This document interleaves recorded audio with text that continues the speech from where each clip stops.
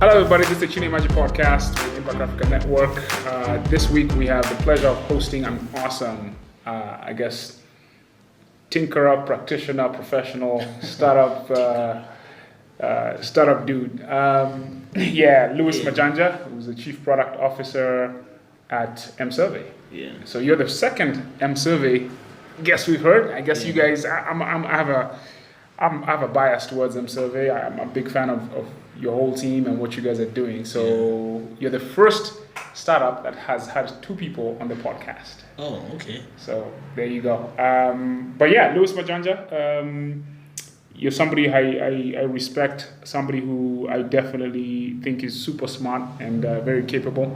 We have a similar background in terms of just, growing up in Kenya and going to spend some years in a similar geography and then making the move back. So that ties us together again. But anyway, I guess why don't you introduce yourself and tell us a little bit about, your background and how you ended up, I guess start with, where you grew up and your journey into life.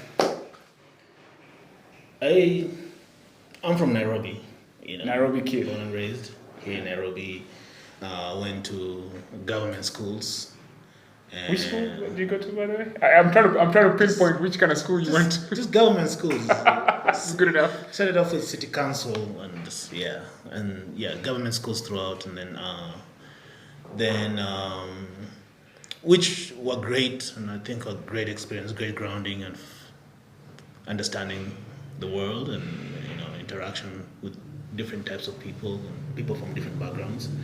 Then moved to the US in the early 90s. I think there was a lot of turmoil at that time in the country, and a lot of people were looking for alternatives to see, it was not, I don't think at that time, yes, everybody said they were going to university, but that was just a channel to hey, how can we get out there? And I'm sure people, and I'm sure the parents who were sending their children were hedging. Hey, let's put somebody out there who can probably pull the family out if need be. Get a job and subsidize or keep things going while we're in this other struggle out here. So I was part of that era of people trying to find a way. And in the 90s, I feel like the 90s had a massive move in that direction, massive immigration. But it's funny because I remember in the 90s, I obviously moved and other people, and I also met somebody who told me what do you mean?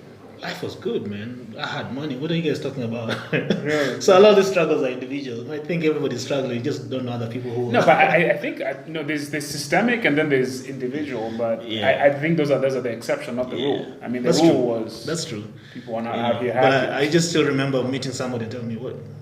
You're mad at me because life was good." Okay, good for you.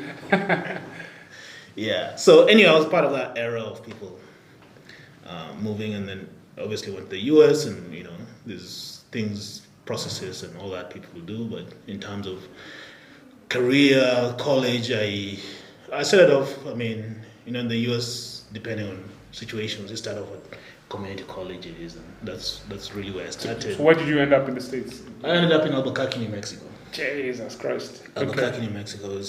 New Mexico is a beautiful state, very scenic, right? As a Kenyan, it's actually shocking when you go there because the first thing you encounter is adobes. And what? Adobe tree. Adobe houses. Adobe architecture, hats. which is what? Adobe is mad, but it's not mad, but it's around the architecture. So in your mind, when I'm moving to America, I'm going to this place where there's skyscrapers, New York. That's what comes to mind. Then you go to this city, which half the city is Adobe. Interesting. Which city is this? It's Albuquerque. Albuquerque. Okay. Adobe structures, and you're kind of confused. It's like, man, I didn't know America. I mean, there's nothing wrong with Adobe. It's beautiful. It's nice, but it's visually does not match what you thought America was. Yeah. But it was a great place. I went to a community college. I've always associated New Mexico with that Breaking Bad show. Yeah, I mean, I bought that shop specifically because I could see places that were familiar. We're familiar with you. Yeah. Yeah. Yeah. So, but the thing about New Mexico too was, I mean, if you look at the whole tech era, I mean, tech in America keeps on evolving, and there are many eras. And if you think about the PC era, was also the semiconductor era. Right. So that's when all the big companies, the Intels, were building these large fabs. So Albuquerque was the center of that whole. Isn't that crazy? I think also Bill Gates started his Microsoft in New Mexico, right? Yeah. Which is nuts when you think about it right now. And then also if you think about tech in the US, a lot of it kind of originated in these research labs. So Albuquerque, there is Sandia National Lab, and then there is also Los Alamos. Okay. So Los Alamos, I guess, is where they came up with the first nuclear bomb. But there's Los Alamos. So there's a huge community scientific, research, tech, scientists and tech over there. Okay. But there's also a huge disparity in terms of who has access and who doesn't have access. So so typically in the US, as immigrants, you're working and going to school. And I actually, my first real, I mean, these are small jobs there, but my first real job was, I was a machinist. Okay. I used to, basically a machinist is, you work in a manufacturing operation, and when something breaks down, it's not like you can go buy a spare, you have to build it. You have to create it yourself. You have to create it. So that was my job, So what type of, I guess, things would you guys create? Tractor? No, the company I was working for was a pen manufacturing. Pen manufacturing. Okay, wow. Assembling pens. Yeah. So, and a lot of, also if you think about industry in the US, for a long time, a lot of, most of it had a legacy from Second World War, where a lot of industry was targeted towards building the war machines. And then after that, they were repurposing a lot of that machine for civilian uses. Okay. So you'd find a lot of old machinery that had been repurposed. So again, that comes in that you need people who can. They're not spare parts. You can go on the shelf and buy. You have to make build those things. So how did you get this job? This is a very interesting. So I went to the US when I was a teenager, and the kind of work that you do, I mean, everybody starts working very early in the US. So 16, 17, 18-year-olds, you work at McDonald's, or I was sacking groceries, like when people shop, bagging groceries. And what happened was that and most of the people who were doing that work they do that work just to have extra money to spend. I needed the money to live. So what I would do is I would get a lot of hours from other people so I could accumulate my time. Right. So you could. And so I'd work the odd hours, like the morning shift, and then one day I think there was, after a while you get to know people, and hey, you seem to be here very early, so you get talking when you're shopping out with a shopping cart, and say I have school, so I have to work my time, and oh great. So I started talking and say, oh, I own this factory where we manufacture pens, and we're always looking for people. Why don't you come by? And got there, and it was a family-owned business, and we instantly got a rapport, and they brought me on board. Nice.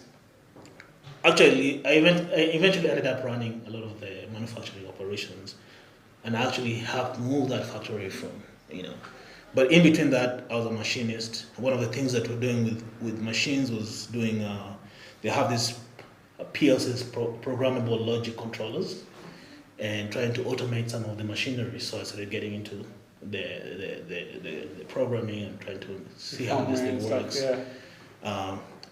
In addition to that, what used to happen was that,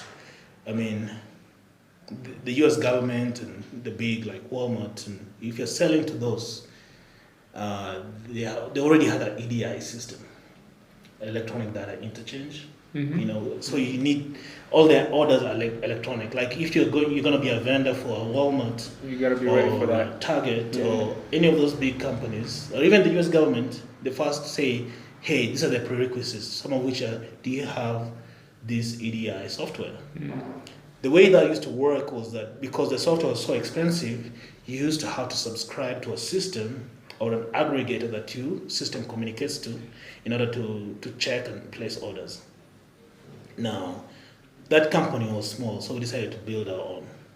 Now, build your own it was a connector? Connector. Now, if you think about how the internet was working at the time, was people used to have bulletin board systems. Essentially, it was a terminal that you used to connect, a remote terminal to connect to the internet, and the internet was text. Yeah, text heavy. Yeah, so it was all hypertext like, and all that. Not even. No, it was terminal, like the command shell. You click something and you get a menu. Say, hey, I want to download games. Click on that link, it takes you to the link. Then you can click and there are all these things. You could chat, you could do all these things. It was all command line. There was no browser. Right. There was some browsers, but they're not like their browser today. So we had to build that, and we had to done. And also at that time, Linux was still very, very new. Dominant. Yeah. Okay. No, it wasn't even. It wasn't dominant. That was for hackers. That was some people like you gotta be. It's like blockchain right now. Yeah, you gotta be like coming back. I was in Albuquerque, New Mexico. These guys are engineers. They work at the research labs. So you find, and then obviously the semiconductor.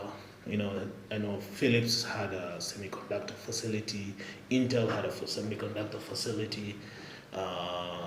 Those companies which have gone out of business, DEC, all those had fabs in. So even the community college I was going to, my major was electronics. Okay. Electronics engineering. Because we're the ones feeding the pipeline for the people going to work in the fabs. Isn't that interesting how in the States at least, the universities and the education system is kind of downstream to the industry that's dominant in that particular city, right? Yeah. I find that so practical and awesome. Yeah. But if you compare with our own situation over here, we still haven't figured that part out. Maybe because we don't have, you know what we have? We have that banking institution over there on Thika Road. Yeah. What's that thing called? Kenya Institute of Monetary Studies. Right? There are many of those. I think there just needs to be a lot of the word people use nowadays, intentional. There's no intentional effort in terms of these things. It's almost, I think in Kenya I think there's a lot reactive. of luck. Yeah. A lot of luck that somebody somewhere thought about this, then people built around it. But there's a lot of assets that we have as a country that I think we can really, really optimize to grow the economy, to create opportunities for people. Like what, for example? There's a lot. Number one asset that we have is the post office. That's a huge asset that should be an engine of e-commerce, not just Kenya, but Africa.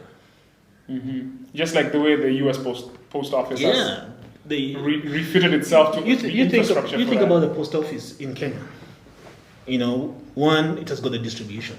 Totally. It has the infrastructure. Trust is iffy, but you can build a trust. Right. It's a 100-year-old institution. Right. The people have a way in which they can send something, collect it, store it, pick it up. That exists. So if you're thinking about, there's a lot of e-commerce in Kenya that is driven by, you think about, they call them aggregators. The poster should be the ultimate aggregator. That's probably not going to happen, just because whoever's behind that thing, So maybe it's up to you and I to build it. Then it should be the link between, the deliveries. The border guys should, probably be connected to a post office where they can deliver and have this whole logistics hub. But do you realize? Think about the mindset, right? You and I know this is a fact. Yes, but I'm not dealing with the mindset. I'm just saying these are the assets we have. The potential. Other assets we have, for example, Camry is a huge asset. And actually, when I think about mSurvey in our early years, a lot of the business we did was medical research. And so when we're looking at our business and seeing the opportunity, and you see how much money researchers, the US, so something like Camry relies on collaborations with, actually, a big chunk of it is funded by the U.S. Army. Interesting. Yeah, U.S. Army. In fact, a lot of Cambridge employees work for the U.S. Army. Then you have CDC. Those are research collaborators. Then you have, I think, the British Commonwealth Development. I don't know. Okay, CDC, that one. Okay. Some CDC, and then there's a lot of this U.S. Center of Disease Control. Because what happens? Oh, the disease control guys. Okay, all right. There are illnesses that are global and they have to do research, but because for scientists in the US, it's more lucrative for them to deal with cancer. Right. So they outsource this. So things like malaria, the very few people in the US care about that, But the US Army goes and fights everywhere in the world, so they have to be. Things like leishmaniasis, it's common in the Middle East. So when they were fighting there, they had to do a lot of research and find the medicines here in Kenya, for instance. Interesting. But this is just, but if you think about wider scale, there's a nucleus where we can create a whole biotech industry. Yeah. But who's thinking about those things? Yeah. That's just one. You're looking at even just the financial system. It can be the nucleus for, obviously it's happening, fintech in Africa, but it's not very intentional, like say, hey, we're going to be the centers for this. How, let me ask you a question. This is important. So obviously we know it's a mindset thing, right? Part of it is exposure. If you had a magic wand or wish list of the one thing you would move, right, to get this reality starting to move in the direction of it, what's that thing you would change? I don't know. It's like I don't know. I don't know, and I'm trying not to. I think one of the things is that I've learned is, and that keeps me going is not to be cynical. I think cynicism can finish you, especially if you're an entrepreneur. You can't be cynical. So because for example, if I start telling you, okay, there's this opportunity here, we could have done this. Then you start multiplying it by, okay, it's 1, 2. Then after that, it's like, oh, man, there's just too much shit that we cannot do that is wrong. And so you end up going into that cynical cycle. So there's many things we can do, but sometimes you try to focus on the things you can do. And I learned that when I moved to Kenya, and some experiences, like I used to take matatu every time. And, sometimes you encounter things that are just unjust, wrong. My fare, this guy refused to give me change, he was changed me or something. And for me, it was like, it's not about the $10. This is my change. I literally one time got into a fight over $10. But it was me. But I'm looking around and people are looking like, this guy's crazy. It's the principle of the thing. But it's the principle of the thing. But at the same time, it's like, okay, you know what? I'm gonna have to choose my battles. Pick and choose your battles, man. For real. I'm not religious or in any sense of the way, or but I think the one thing that resonated with me was this. They call it the serenity prayer. Grant me the things that I can change and accept the things that I can't. The wisdom. Yeah. So like, okay, these things, no, this one is deeper than. I'm gonna have to spend my whole life trying to change that. Yeah. And there are people whose life mission is to do that, and I'll support them. But this other thing, I can focus my energies and be able to make a change around that. Yeah, you got to pick and choose your battles. Know your strengths. Yeah. Everybody's called to, I guess, to do different things. But now back to kind of like, so if we could just summarize, so what did you take away from your experience in New Mexico? And then what you That's how I learned to write software and really get into, we built this system for electronic data interchange. I learned about Linux. We actually, I'm probably putting a date on how old I am, is we were downloading Linux and you would have to download at almost 56 KB. 56 images so you can put them on a floppy disk so that you can then install them on a computer, and it will take you the whole day. You put a floppy disk, you start format the hard drive. Disk 1, disk 2, disk 3, disk 50. Oh, wow. That one is corrupted. Oh, damn. Okay. But it was an interesting thing. being early in the world of Linux and seeing that whole community, the tech community at that time, working with building what's called a bulletin board system. You're building your own, the early version of ISPs. Pretty much when you're building an ISP, you used to have to modems, and you put the modems. You have a phone line. You put modems, and you have it hands. So when somebody calls in, and then you get on the BBS, and then you can go online. And actually, even at that point, I was in the US, but I could see that there were some people in Kenya who were online at the time. Interesting. There were some people in Kenya who were already online. I don't know who they are, but where they are, but I could see, because the way the internet was, there was a lot of nodes around the globe. Yeah. And so in Africa, there were very few nodes, but there were people in Kenya who were on the internet at the time. And I never got in touch with them, but I could see, hey, he's a server based in Kenya. Probably it was UN or something. Yeah. But there were people in Kenya at that time who were already online, and I'm talking about this is 93, 94. Damn. So So fast forward to then you moved. How did you move out? So obviously I'm working, and my primary job role is not necessarily to be software engineer. I was a machinist, and then gradually I moved into the logistics part of the business.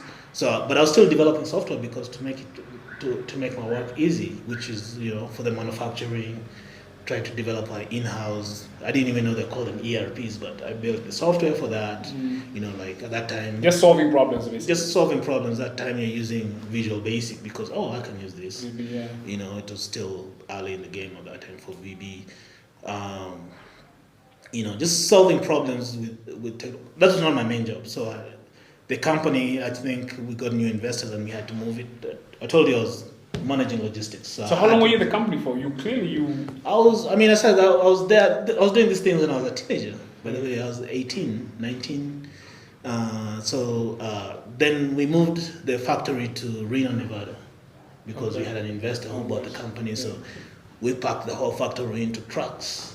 To Reno, man, that's the son of the son of the owner drove one truck. I drove the next truck, and we landed, set up. Now there's also a lot of learnings in that area because, part of the in the US, or I guess even anywhere in the world, you just don't open a warehouse, put a factory in there, and start business. You have to get your permits. Mm-hmm. So I had to go to the the city. Mm-hmm.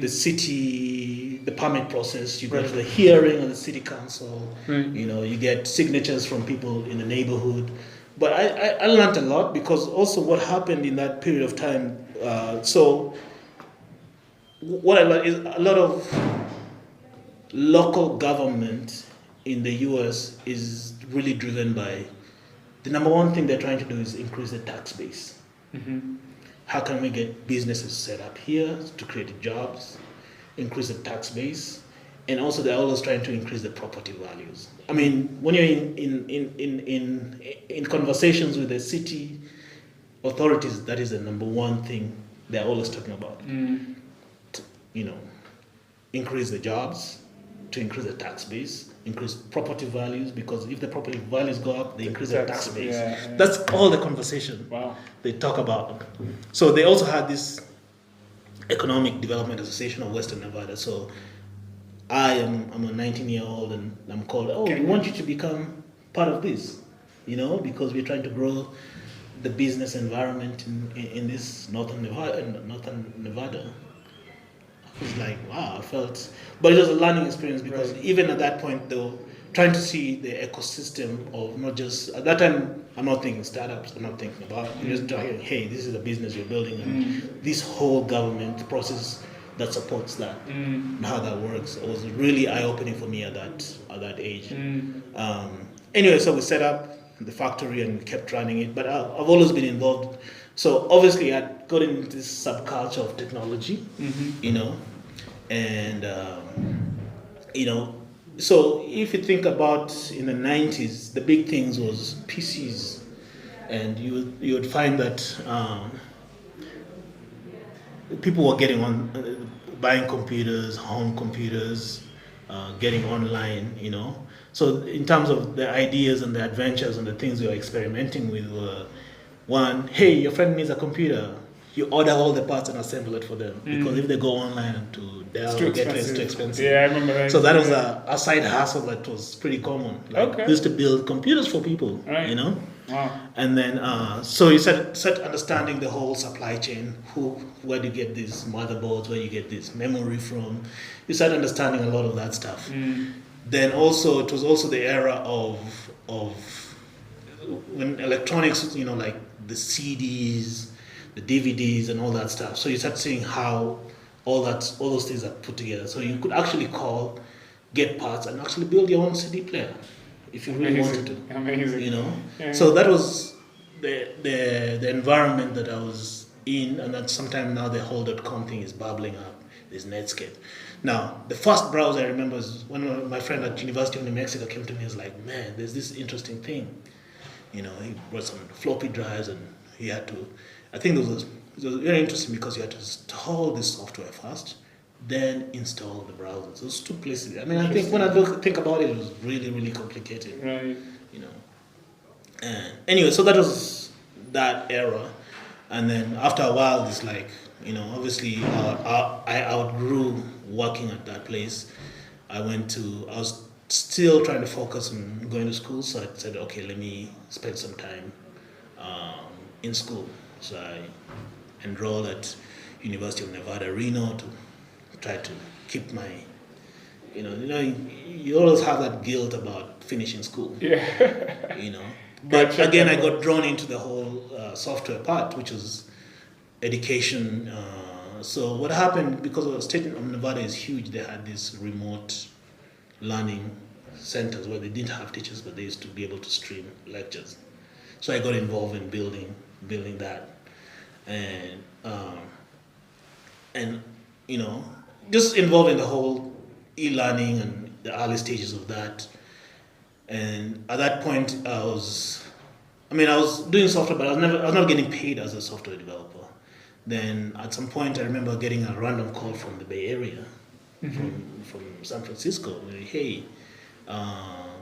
Hey, we got your name from a database. We are hiring people. Do you want to come? Yeah, I'm like, yeah, that sounds good. And say, ask how much are you paying? They told me the amount. You packed your bags. I didn't even submit my resignation. Okay, I resigned, but my apartment and everything, I said, you know what, I'll take care of this later. I so funny. got on a plane and boom, and you know, reported my job at HP. Nice. Which was in San Jose or HP in Palo Alto. Palo Alto. So now that's when my life in the Bay Area started. So it was now at the peak of the .com, the first .com boom. You know, it was like all these companies, everybody's just excited, and everybody has an idea, and you know. So yeah, I went to work for HP. It was still a well-known tech company at the time, a desirable place. Yeah. But also there are many learnings in that process, because they hired me to develop some software in-house. But when I went there, I realized that I wasn't really where the action was. Yeah. You're in the warehouse, if you will, but you know, people were I was developing software to serve the community of HP employees. Yeah. That's not cool. Necessarily developing the products that they sell, or involved in the product that they sell. You're not in the front line at all, yeah. So it was kind of, but compared to where I was and what they were paying me, it was a move ahead. Yeah, but then the project they actually gave me to work on was some software to manage the global relocations, because these big companies have people all over the world, and so it's a whole logistics of moving people, like from, you know, hey, we have an office, this guy has been promoted, he needs to move to France, this person in France, coming in Palo Alto, you know. So they had this software, which had all these approvals. So working on software actually gave me access to, and I thought I was getting paid very well. Then I saw what people are getting paid, I was like, what? No. Reality check. No, you know, so it kind of like, you know. So anyway, I think at that point the .com boom was high, and how much do you want? No, we'll give this amount of money. But you know, in your mind, when you decide that you don't want to work at a place, you just don't want. No amount of money will change your mind. So I actually went to work on for different. I don't know what it is about education that always drew me in. Interesting. I went to work for there's a university in San Francisco that was experimenting with an e-learning platform. This e-learning theme is kind of following you around. Yeah. Yeah, but I'll come back to it. You know, they were experimenting with this thing, and they, you know, obviously most people they were having a hard time finding people because of .com and everybody's wanting to work with. Yeah, nobody wanted to work at a university doing e-learning. That's not interesting. And actually, when I filled in the application, you know, actually the funny thing is when I went for the interview, I actually met somebody that knew my brother from Kenya who was a student there, and he was like, "Wow." When I saw this name, it looked familiar, but I just said, you know, the world is big. Then you're telling me, man, these guys thought you were from Eastern Europe or something. That's why they even called you for an interview. Oh! That name, your name. I was like, what? So anyway, I worked there. It was nice and everything. But we how long did you work developed there this for? probably a year, 2 years. Okay. But we developed this software, which so literally that doubled the intake of the university. Wow.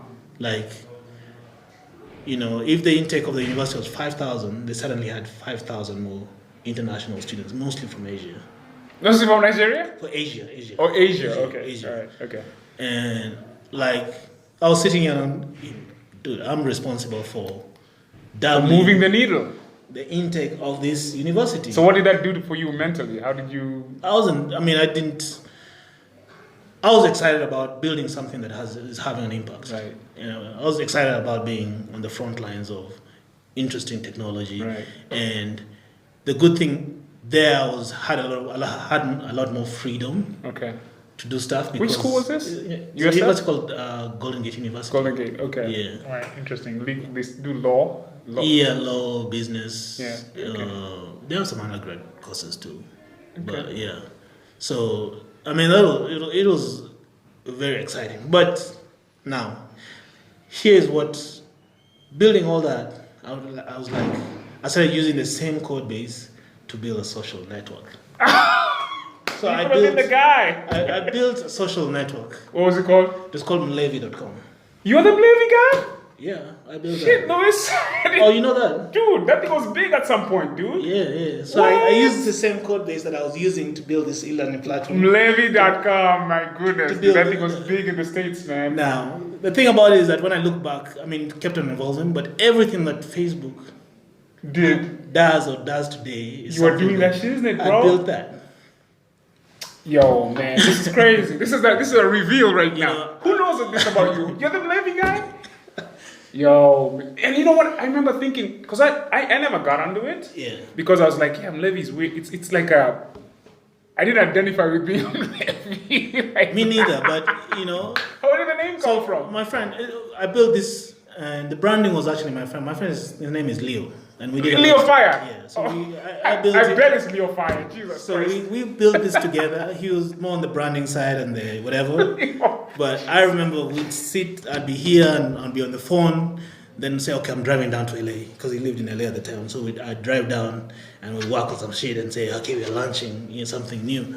But it was, it was just that excitement. We wake up and then we had a count at some point we had, okay, those numbers don't look big today, but at that time they were huge. We had 15,000 people.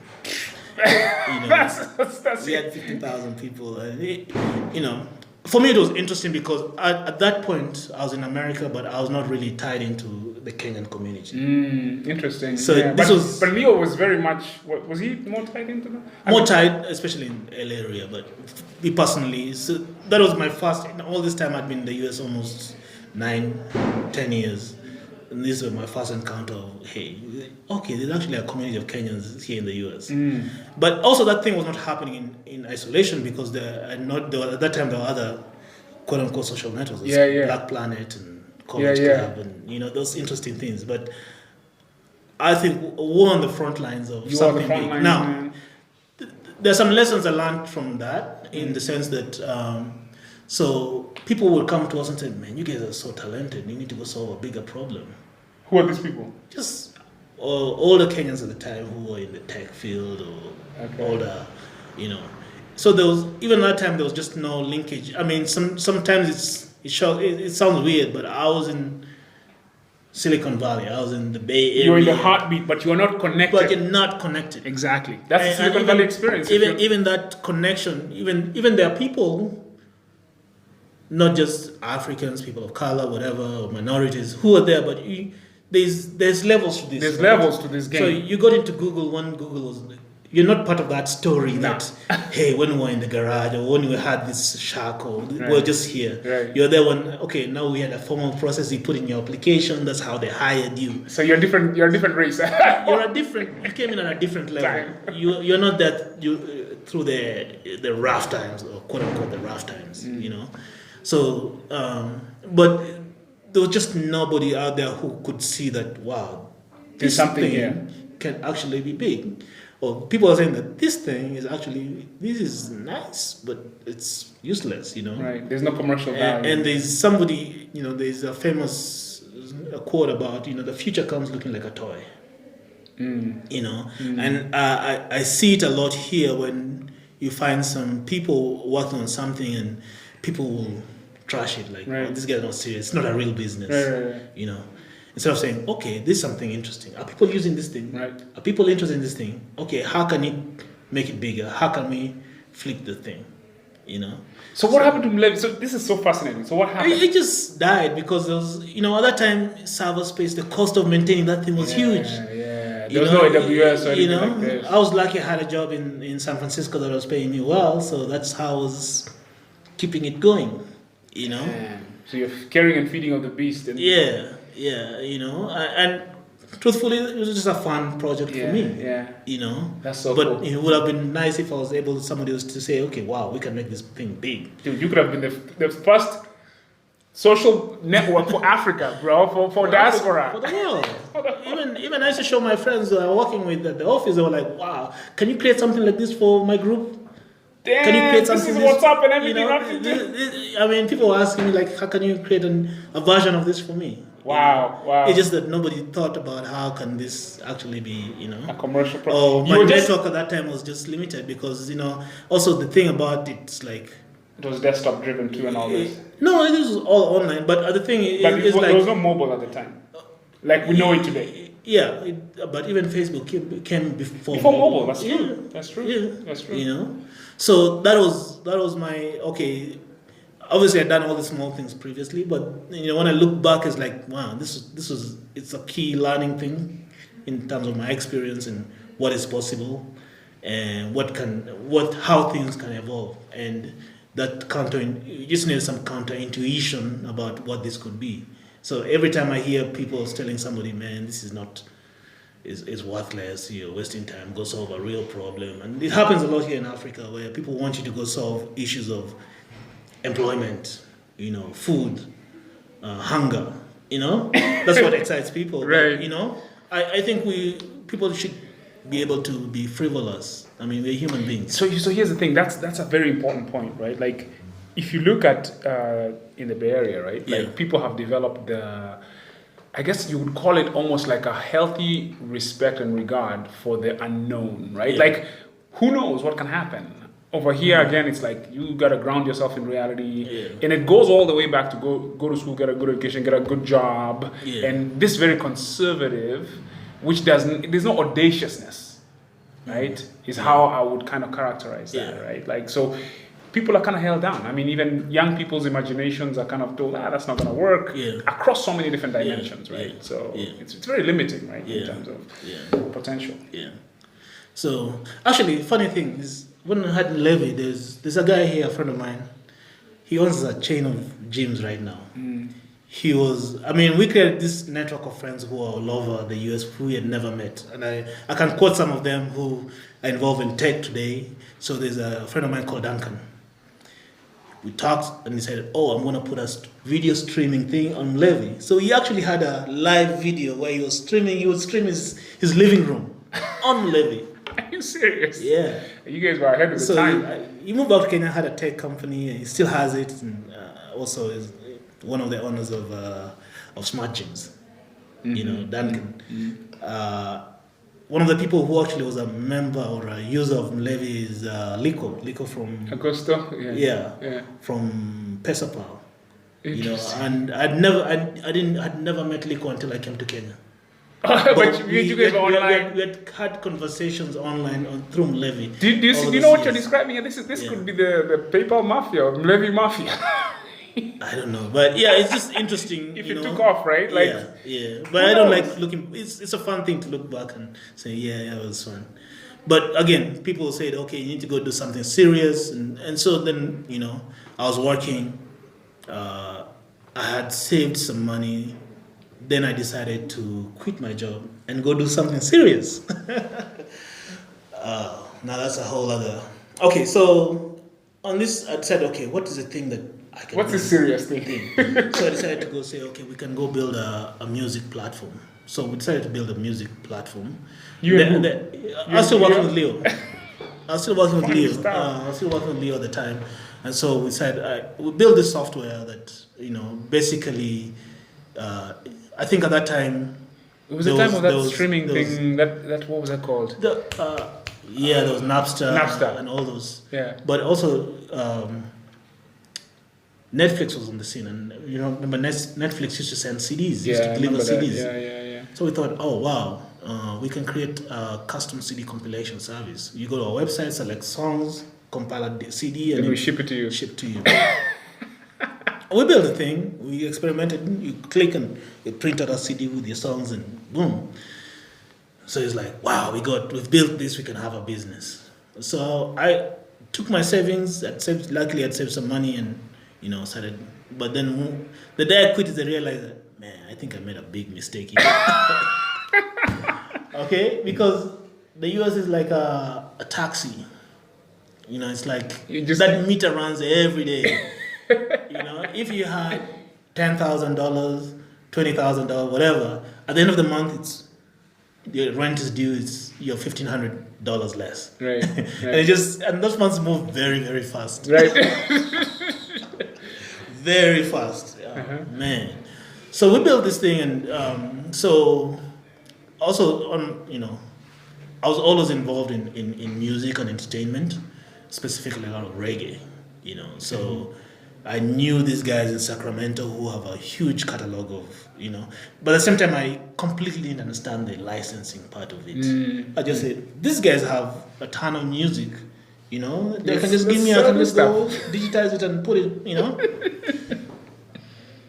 And so I started talking with them, and they said, yeah. And then when they said, this is real, I said, no, there's all this copyright stuff that needs to be done, and you need all these lawyers. And I was like, whoa. No, but we had another friend in LA who also had a music label, And he goes and he had all reggae is all about 45s, dark plates. Mm-hmm. So he had all this music. Okay, great. So he tells us, okay, great. I have this. I have an office on Sunset. You can work from here. So it's like, okay, now we have this space on. I still have my apartment in the Bay Area, but I said, okay, I'm gonna spend a few months in Los Angeles trying to get this going on. So we have this space in Sunset Boulevard. And this guy has his record label, but the reality is that all his stuff was everywhere. It was not organized, well cataloged. But he says, hey, there's music here. You can just digitize it and sell on your system, And then you're sitting there like, okay, yes, there's music here. Now we have a website. How do we get? I mean, it was just, and every day you wake up morning, the money goes down. Wow. You don't have a business. Obviously, even the product is not finished. Right. You're refining it. Right. And at the same time, my partner at the time was going through some stuff. He decided also to move back to Kenya. So I said, okay, great. Maybe. When was this now? It was sometime in the mid-2000s, early 2000s. About 2003 or 2004. So I was like, okay, you come here. Probably you go find a market there. So he comes to Kenya and his career takes a whole different trajectory. And this is Leo? Yeah, he ended up being on radio or something, But he's back in the States. Yeah, he went back, but he was in Kenya for a while, and he Okay. was working in radio. That's his life took a different trajectory. So I'm here trying to get this thing going. I think just many things going on. So that venture actually failed, but there's a lot of lessons learned in that. Dude, you've done a few things, man. This is this is awesome. But okay, when I look back at those things, I had no clue what we're doing. Of course, but damn, you're doing There them. was no clue, but there's a lot of lessons learned. Even in the LA thing, there are things that we did that when I look back, I just smile. Like this guy who had given us an office, and we were running out of money. So now how do we? So it was okay. We are running out of money. We need to make money. So we lose focus. It's two things. I was always involved in music. So there are these DJs from Japan, some reggae DJs called Mighty Crown. I got connected to them and say, hey, we can do a show in San Francisco. And so we did a show in San Francisco and it was very successful. So we did that, have some money which can keep us going for a few more months. But we got greedy and like, okay, we can do this show in LA. Man, so I don't know about LA, but we got a booking and everything. We do a show in LA, it's very successful. We have the money, we say, okay, we have some money for a few more months. But after the show, we got robbed. What? But how? We In got the parking robbed lot? at gunpoint. Whoa. And Which part of LA is this? East LA, baby. It was, which part? I don't quite remember which part of LA it was. Damn. But So somebody was just waiting for you guys. it was the security guys, really. It was not even, it was the security guys say, hey, My man, give me that money. Straight up. So at the end of that, it's like I was out of money. Everything was, I didn't. Wow. I tried to put money into this other thing so I can get money to this other thing. And it didn't work out. The guy we were working with literally said, okay, you guys need money. He pointed to some boxes and said, this is weed. Oh! Go figure out how you can, Anyway, that story died. That company exists. There's a story here, man. That company exists as a website, as an entertainment website today. Which company? I'm not really involved in it. The one you set up? Or? The music company. It still exists as a website. What do they, as a website? But As a nothing's website. happening. Somebody else runs it. What do they do? It's just a website about music. That's it. It's a blog actually. Somebody else runs it. Hold up. Dude. So what happened to the weed though? The weed, what happened, man? That's a different story. I don't really want to delve into the details of that. But, yeah. So, there's a lot of lessons learned into that in terms of, one of the things I learned is that I said to myself, if I ever do something around technology or startup, at that time I'm learning how the system works. It's like, hey, it seems like everybody who's in this space is at a top university. They're either at Stanford, Harvard, whatever. They're lucky enough from Berkeley and stuff like that. They also learned that if you want to really do a startup, you need to the support system is key. Because that led me down to a spiral, because after that I was out of money, when you've been out of the work out of the job space for more than a year, it becomes very hard to get back in, because like, where have you been? And technology changes so fast. Now people who are on Java is a big thing. Now people are telling you, hey, you know Python? What do you mean you don't know? You don't have experience with. They're asking you new questions like, do you know this framework? Like, what do you mean this new framework? Yeah. It's like you've come from a cave. And then also, the other thing I also learned was that if you're trying to build a startup and you're the one who's building the technology, there's a good chance it's going to fail. If you're the key engineer and the owner of the idea, I don't follow here. no, you're probably going to fail. What do you mean? Because people are going to be waiting for you to give birth to this baby so that you can move. Like, okay, I'm building X. Okay? I have 1, 2, 3 people who believe in it. You know, Who are these 1 to 3 people? they're your co-founders, your partners. You know, so you need to deliver product Y, so that these guys can go out and sell it. You know, so unless the two of you are really, really in it, but I think if you're the guy building that thing, you need to. Now you could be the guy who knows how it's built, but you need to quickly find somebody to build it, so that you can do what? So that you can carry the vision. Otherwise, you'll find the vision is so much in your head because you're concerned about building it daily. Dude, like this may be a sequencing thing, man. Like I'm struggling to understand. Maybe it's a stage. If you're the engineer and the visionary, you need to transition fast into become either the visionary and the product guy. You need to take that vision and give it to somebody else to help you build it as soon as possible. Otherwise, it's not going to move. So, okay, and maybe it's can become a little bit more we can get into the weeds here, but you gotta at least have an MVP. Yeah, you can build an MVP. So at what point can you say, okay, as soon as possible? What does that mean? When that MVP starts, once you have the MVP, traction, I think the first thing you need to find somebody to help you build it. So you want somebody so you can go build a business. Fair enough. So you want somebody, you want to build a team that will take the features, right, that you've whiteboarded, right, as you complete the product. You need to build your engineering organization. Yeah. At least 2 or 3 people. Yeah. You need to, that thing you're building has to transcend you. Okay, fair enough. Do you think a lot of people fail to make that move? Or why are you saying that right now? Yeah, that's a lesson that you... That's a difficult, and I think it comes down to being comfortable hiring people. Or maybe comfortable in the code too. Maybe being comfortable with your it's 2 sides. cave. It can be 2 sides, but you have to be very comfortable. Letting go, or also paying people to do other things for you. I think the superpower here is like, hey, you need to be very comfortable. The idea of when you're in an early stage, the whole idea of hiring somebody is very, very scary because you're thinking, I don't have money.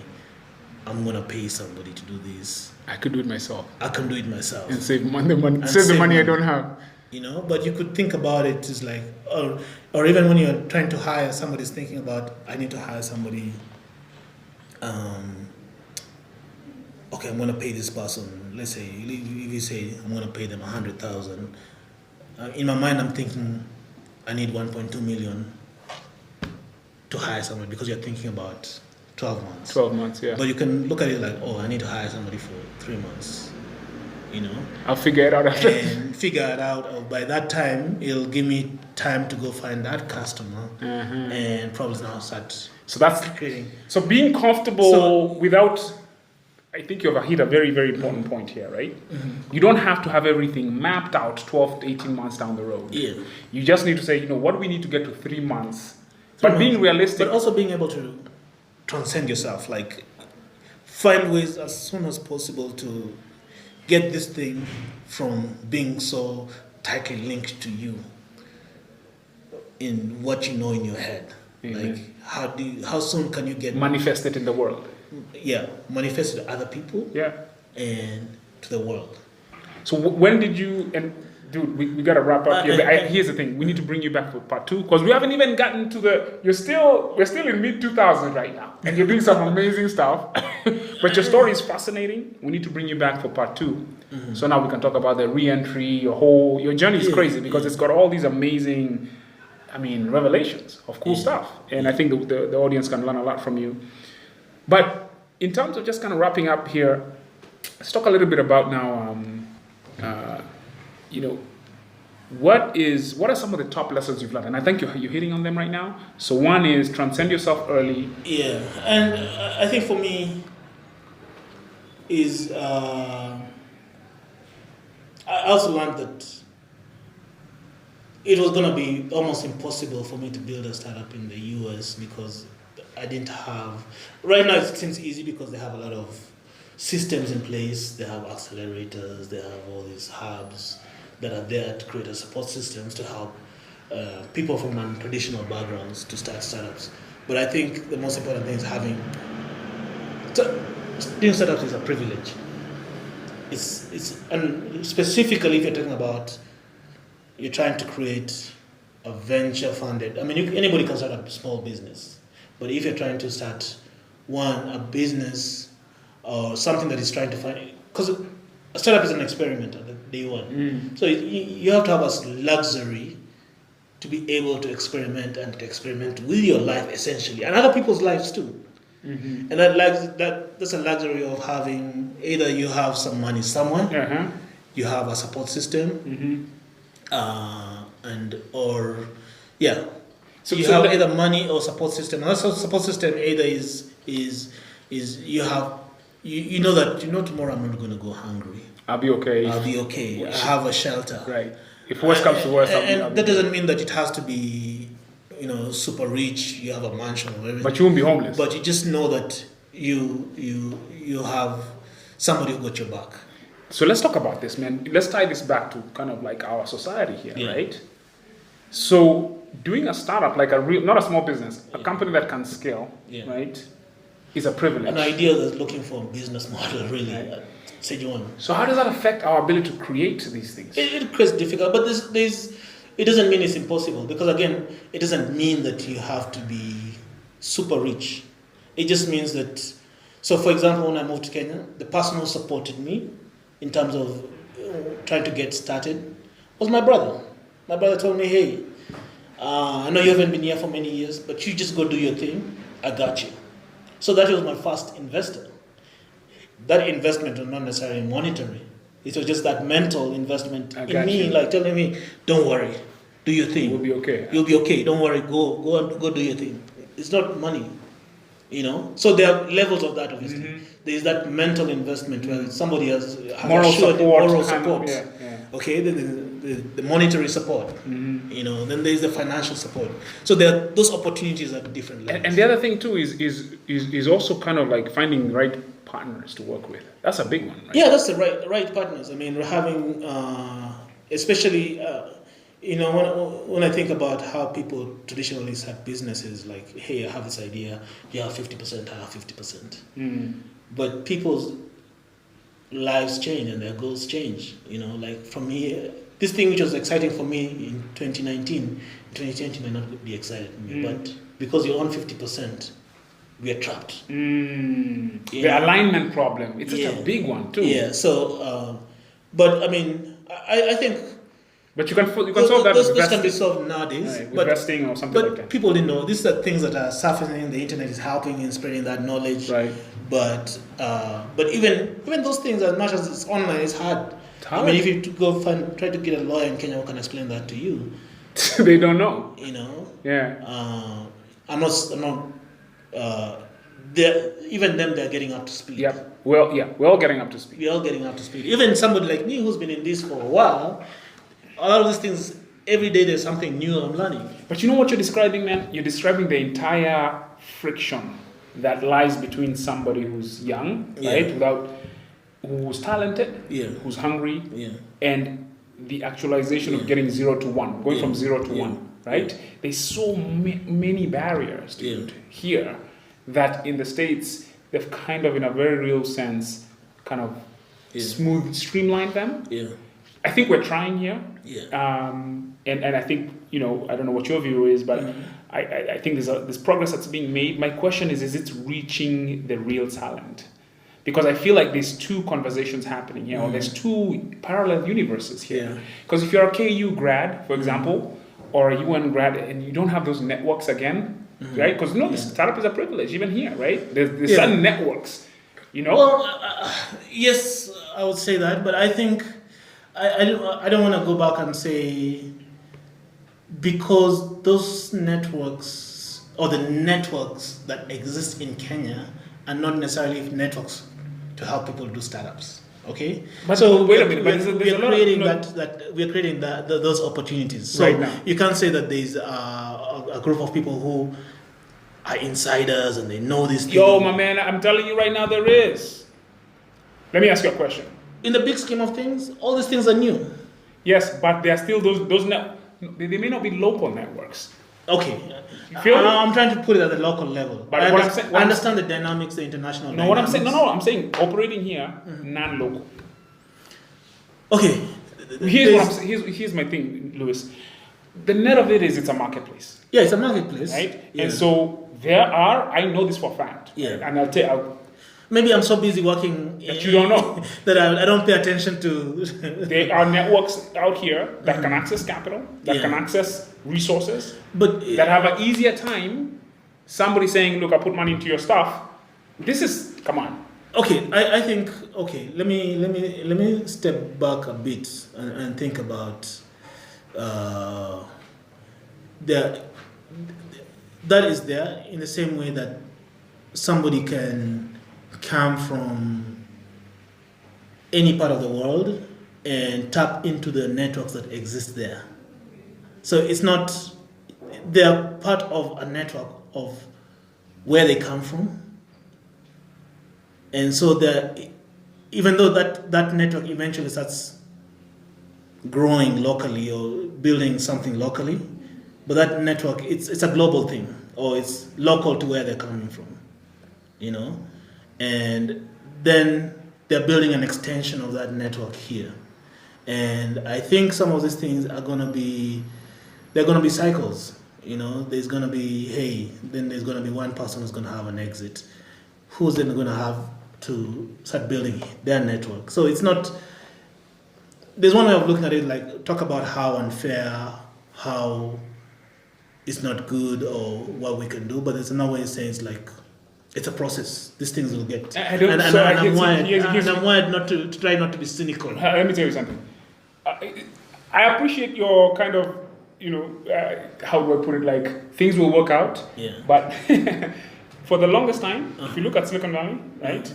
Right now is when they're dealing with the diversity. Yeah. If somebody 10 years ago, 15 years ago, 20 years ago said, it will work out, the networks will open up.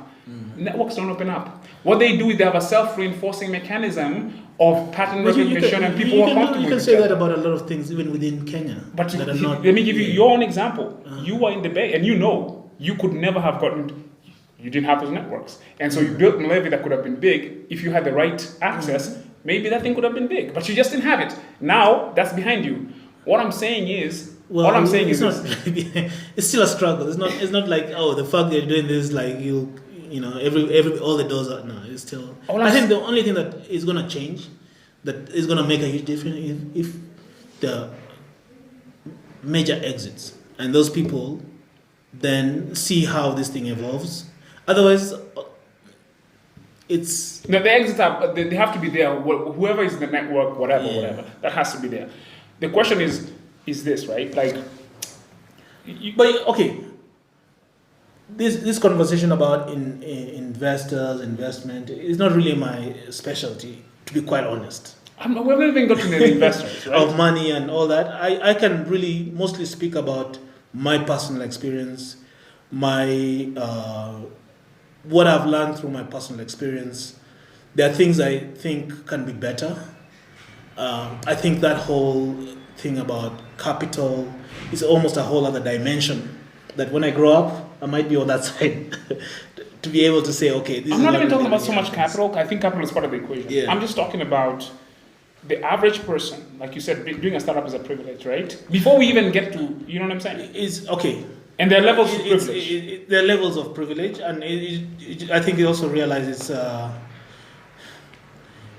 it's like, how many people have the bandwidth to be able to experiment with their life? Exactly. This is what I'm saying. So if you look at the reason why Silicon Valley continues to win is because the young people or whoever, they have the bandwidth. They have the bandwidth. Where does this bandwidth come from? It comes from all the support structures they have, family wealth, whatever, right? We can't afford to drop out of Harvard. Could you afford to drop out of Harvard if you're in Harvard? Can I even afford to get into? My point being, if you look at now, okay, what are we saying? Because we need a quorum of talent that has a shot at doing something. It's not early on, at least in their life. Be exposed to some of these things in a very real, practical way, right? So they can learn the skills, they can have a chance, they can, you know what I mean? If we're not doing that, I don't know how we I feel like there's a missed opportunity. Right? No, I think, like I said, I'm wired not to be cynical, so I'm always hopeful. I've learned to catch myself not to be cynical. How hard do you do that catching, man? No, it's because okay. If I go back and say remember the earlier conversation about, hey, we have assets that don't work, and then you say, hey, Poster, it doesn't work. Then you start talk about this other thing. You say 1, 2, 3. Then you can start going this. You can start going on a level where at every step there's something that's not working, that is broken, that is messed up, and then it becomes like, okay, let me just go home and sleep. Let me just go home and sleep. Well, I'm on the hopeful side. My point being, and I'm not trying to be blindly hopeful and trying to be, I understand the realities, but if I can speak of my experience through the stages we've been in building a company, it's not just me and my co-founder. There's been a team of people, right. And those people are learning and are part of that journey. There were people from building the software side of the business, building the metrics of the business, the financial metrics, building how we get investment. There are people involved that, and those people are local Kenyan people. That's awesome. And those people are probably going to work somewhere else, right? And they're going to use that knowledge and apply that knowledge. So I can talk. You can see the wider world, but I think for me, I'm looking at. I hope this thing could happen in 1 year, that we have all these people who've learned all these things, and then the next thing, But each of those people is gonna learn, apply. Some of those people are gonna go abroad, take some of the knowledge, apply it there, bring it back, network, build these contacts, and just build the ecosystem. So from my perspective, is the little that I'm doing, I think is contributing to a bigger picture. Right. And I also know that there are other companies doing similar things. So all these people, all this knowledge that is being built is going to come together to build this network. This is awesome. We should end on that note, because that's exactly right. Yeah. It's that network of people right now that you guys are taking with you on this journey. Yeah. And everybody else is taking them on this journey. Yeah. So in 10 years, or 5 years, maybe 10 years, things will look very different, right? Yeah. In terms of, hopefully at least, right? Yeah. Awesome. Mr. Majanja, dude, we need to bring you back for part 2 so we can hear the journey of how you and Mr. Kentfield got together. Sure. Because I'm sure there's a bunch of amazing stories in there. It's just a tame story. It's just about, hey, we met, we had coffee, we think our minds met, and say, let's build, let's go. It's simple. It's not a complicated story. But that's the beginning, the journey, though. Yeah. I think the journey will be interesting. Yeah. All right, man. Thanks for coming through. That was awesome.